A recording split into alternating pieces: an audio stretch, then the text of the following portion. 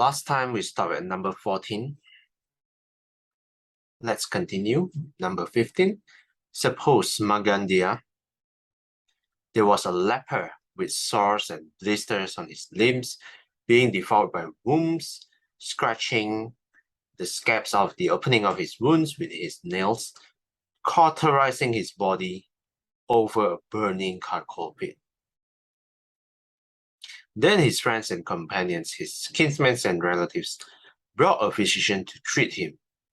The physician would make medicine for him, and by means of that medicine, the man will be cured of his leprosy and will become well and happy.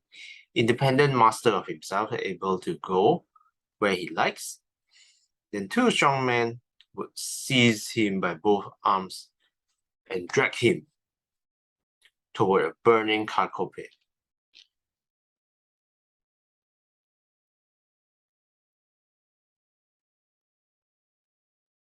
What do you think, Magandia? Would that man twist his body this way and that? Yes, Master Gautama. Why is that? Because the fire is indeed painful to touch, hot and scorching. What do you think, Magandia? Is it only now that the fire is painful to touch, hot and scorching? Or previously too was that fire painful to touch, hot and scorching? Master Gautama, that fire is now painful to touch, hot and scorching, and previously too, that fire was painful to touch, hot and scorching. For when that man was a leper, with sores and blisters on his lips, being devoured by wounds, scratching the scabs of the openings of his wounds with his nails, his faculties were impaired. Thus, though the fire was actually painful to touch, he acquired a mistaken perception of it as pleasant.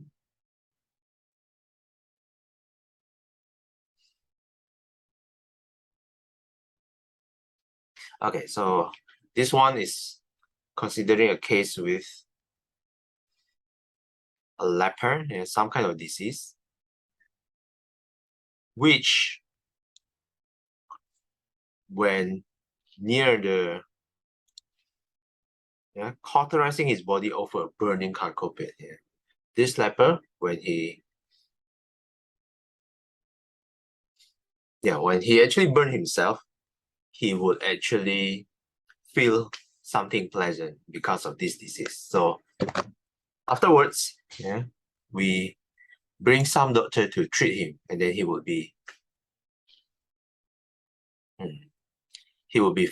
healed of the leper. He will be cured of the leper. So here's the contrast. The two strong men bring him to the same charcoal pit. Initially, with the leper, he actually felt pleasures, sensual pleasures. But after being cured, to the same burning charcoal pit, now would that man twist his body this way and that? Yes, because the fire is painful to touch, hot and scorching. Because now he is cured of his leper, he doesn't feel any pleasant feelings anymore. So now the actual charcoal pit is painful to touch, hot and scorching. Why is that exactly? When that man was a leper, his faculties were impaired.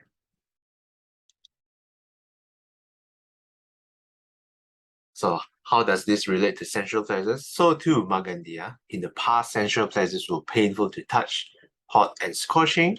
In the future, sensual pleasures will be painful to touch, hot and scorching. And now, at present, sensual pleasures are painful to touch, hot and scorching.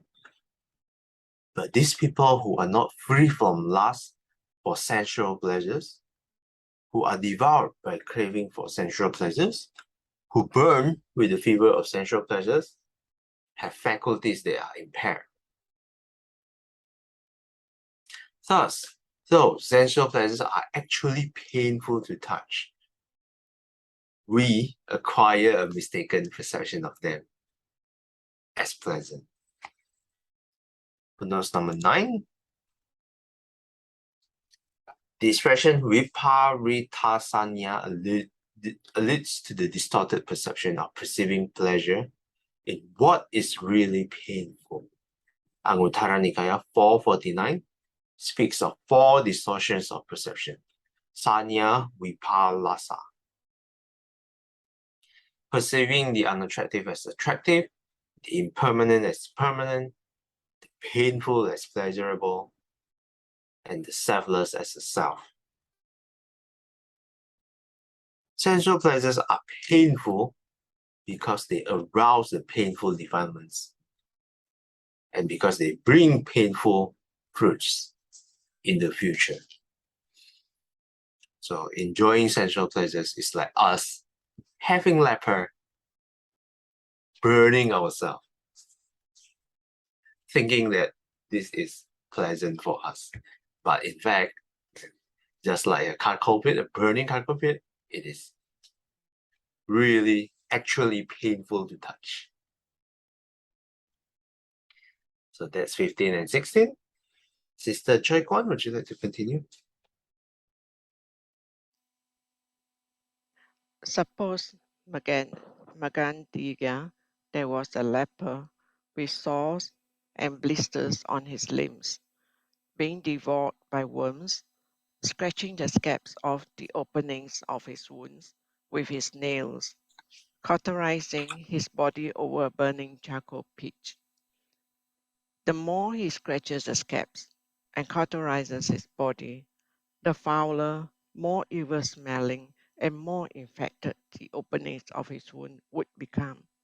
Yet he would find a certain measure of satisfaction and enjoyment in scratching the openings of his wounds. So too, Magandia, people who are not free from lust for sensual pleasures, who are devoured by craving for sensual pleasure, who burn with the fever of sensual pleasures, still indulge in sensual pleasures, and the more they indulge in sensual pleasure, the more their craving for sensual pleasures increases, and the more they are burned by the fever of sensual pleasures. Yet they find a certain measure of satisfaction and enjoyment in dependence on the 5 chords of sensual pleasure. From Majjhima Nikaya 75, Magandiya Sutta. Thank you. Sadhu, sadhu, sadhu. Thanks, Sister Choi Kwan. Here, the last analogy that the Buddha gives, still a leper, but here the Buddha added, the more he scratches the scabs, cauterizes his body, the further more evil smelling and more infected the openings of his wound would become. Yet he would find a certain measure of satisfaction and enjoyment in scratching the openings of his wound.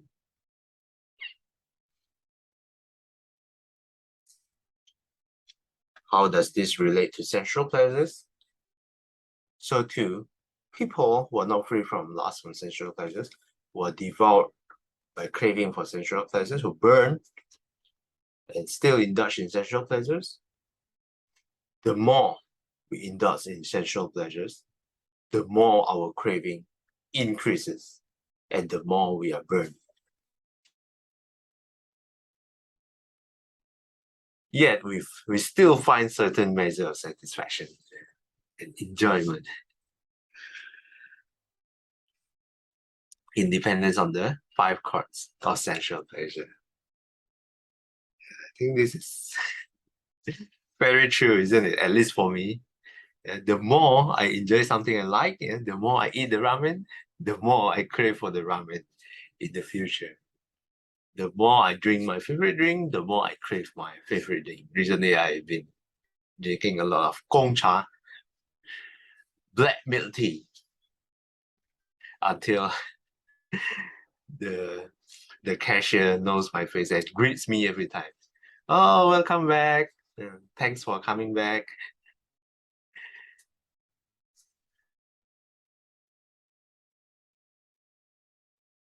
Yeah, anything you'd like to add? Maybe some example on your own. What is your own craving? Do you have your own poison? Yeah, for me, I have a lot of poison actually. I should start going for retreat again.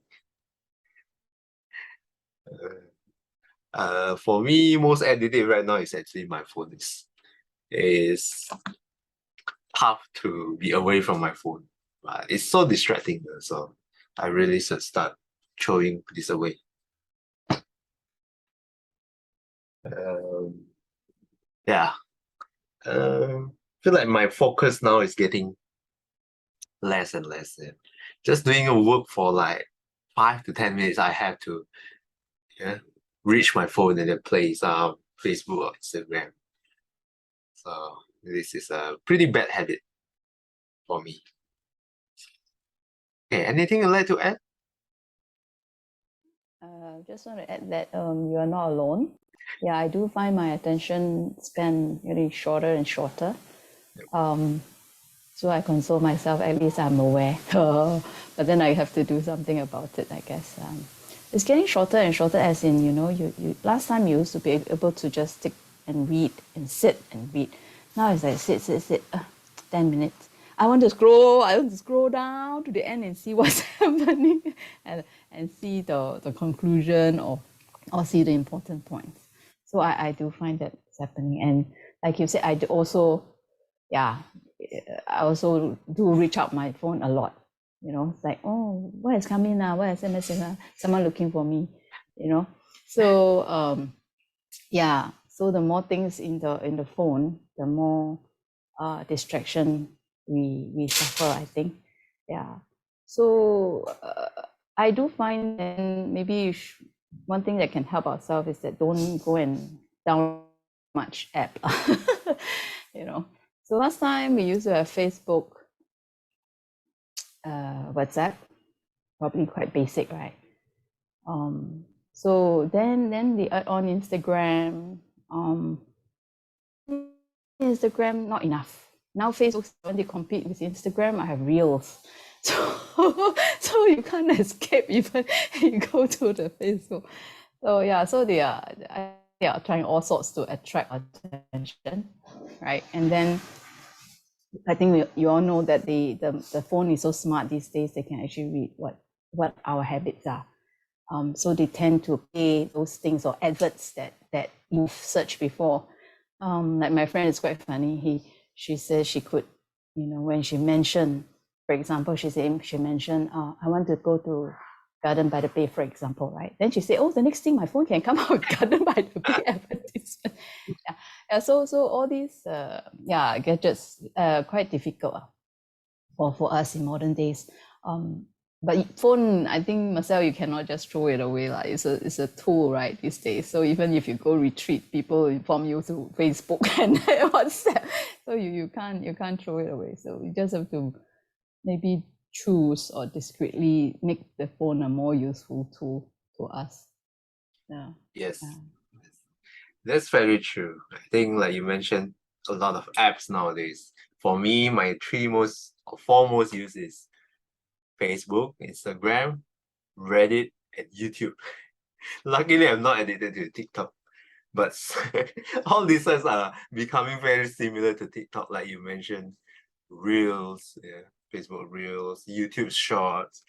All of these are following TikTok trends because TikTok is very successful, so they emulate it. And this shorts is really something short burst entertainment, really catching our attention span in a very short one. Then we keep scrolling through the reels. Oh, the first one finished very short, like 30 seconds. We scroll through the next one. Yeah, so this is how we get our attention span shorter and shorter and shorter. And this, like Sister Billy mentioned, the algorithm are very smart. They will always recommend something that you will be interested in. So it's really tough to not scroll through all the stuff. Yeah, like you mentioned, we actually, if we utilize it correctly, The phone is actually useful to us, but most of the time, I feel it's actually to my detriment. But I think the solution is, of course, not to throw my phone away forever, but it's like setting a certain duration or amount of time to focus on the task. For example, let's say 25 minutes. Okay, this 25 minutes, I would put my phone as far away as possible from me and then just start working on my task. Undivided attention. For example, our reading, when we read, we hopefully I don't indulge in my phone. So I give my undivided attention for a certain duration, at least during our reading. Thanks for that comment, Sister Billy. Glad I'm not alone. I feel much better now. Okay, anyone else would like to add?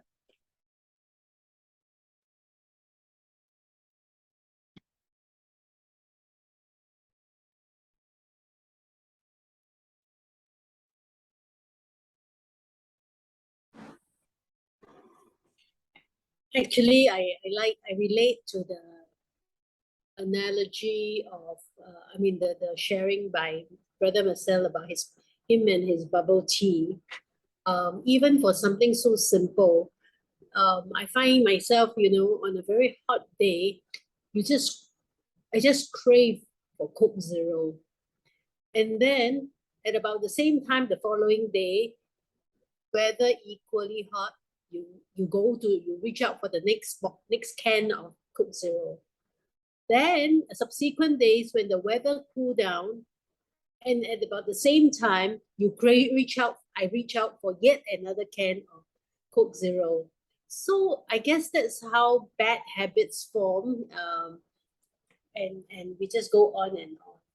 Although it is very difficult, as the passage was being read, I find it very difficult to convince myself that, when you're in a logical frame of mind, you put Dharma aside, let's say we are not Dharma practitioners. How do you tell someone that the more you indulge in that pleasure, the more you're going to suffer? It's not intuitive, because the person is enjoying himself, or we are enjoying ourselves. Right? How do you tell the person that?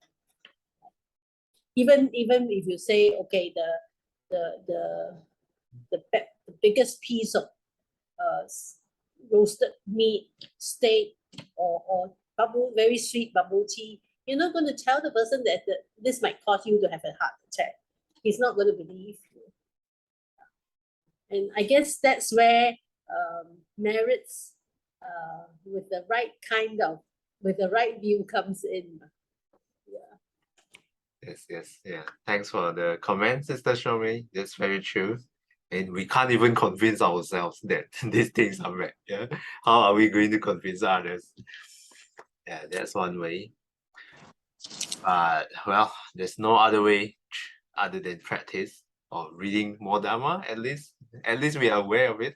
I guess that would be the first step. Like Sister Billy mentioned, at least we should be aware that we have leper. If we are not even aware that we have a leper, then how are we going to even start to find cure for it? In the case of the leper, you can find we can find physicians to actually cure the leper. So in the case of spiritual leper, how are we going to find a cure? So, well, one way we can watch more Dharma videos, attend more Dharma talks. Yeah, the monastics are our spiritual physician, spiritual doctor, helping us to cure all of this mental leper. Thanks for that comment, Sister Shomi and Sister Billy. Yeah, on Sister Shome's comment, right, I think it's very true. It's very difficult to when you see someone objectively and say, oh, you are indulged in something bad for you in the long term. It's very difficult for an objective person to tell the person who is really enjoying it. It is very difficult. That's why the self-discovery is very important. But the problem is also that self-discovery depends on conditions, and the time, right? Because I hear so many of the mothers complaining about kids addicted, I should use the word addicted to games, and you just cannot lift them out from their enjoyment, the essential pleasures in playing games. That's really difficult. So it's like, then they even turn the other way. They become angry with the person telling them this is bad for you. So then you strain the relationship, right? So it's, yeah, I really relate to Sister Shomei's point. But I think it's a self-discovery, but sometimes it takes a long time. So that is the danger.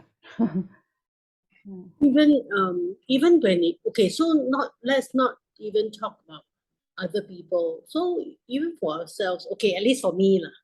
When I take the 5 precepts, right? Okay, even as I take the 5 precepts, I know that there are a couple which will be my weakness, very easy to lapse. For instance, I have always been a social drinker, and I appreciate good wines, right? So I always look at envy with among some of my Dharma friends who tell me they own a cellar of wines and then they just give it up overnight. Wow, I don't have that kind of merits, but I do not crave for wine. But if I'm in good company and there's a nice bottle of wine, I would enjoy. And then I'll forget about my precept and then say, okay, I'll take my precept another day. Yeah. So it's all this midway kind of temptations that's also very difficult. Yeah. Okay. Yeah.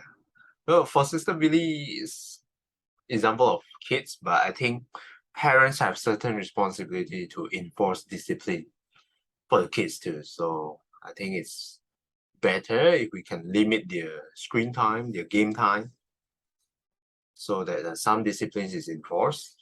Would the relationship be strained? I'm not too sure, but if we enforce that discipline, I suppose the kid would be grateful in the future. I mean, some parents I feel spoil their kid too much, especially in the modern times. I don't know. Now most kids are getting more spoiled and spoiled, so we end up in the future with all these spoiled kids leading the country, which is even worse. Worse than straining the relationship between the kids and parents. Well, I'm glad I don't have kids. And for Sister Shomei's, yeah, some people struggles more with this social drinking. Some Buddhists told me the same thing. Actually, just last night, after my Toastmasters meeting, we going to the supper, and some guy actually bought a beer. Actually, he bought a beer for the 3 of us, all of us in the table. Oh, then I told him, oh no, I don't drink. So in the end, he actually finished all the very large pint of beer all by himself. So yeah, so social pleasure at least doesn't work for me, which is good. But some people do struggle with it, so I understand that. Thanks everyone for all your sharing. I think this is a good time to stop. Let's would Brother Hodgie like to do the dedication? 回向，愿消三障诸烦恼，愿得智慧真明了，普愿具象具孝子，知识常行不杂障。谢谢 Brother Hodgie. Till we meet again, may we be guided by the Buddha, Dhamma, and the Sangha. Sadhu, sadhu, sadhu. Have a focused Tuesday ahead. Thanks everyone. I enjoyed today's discussion. See you guys next time.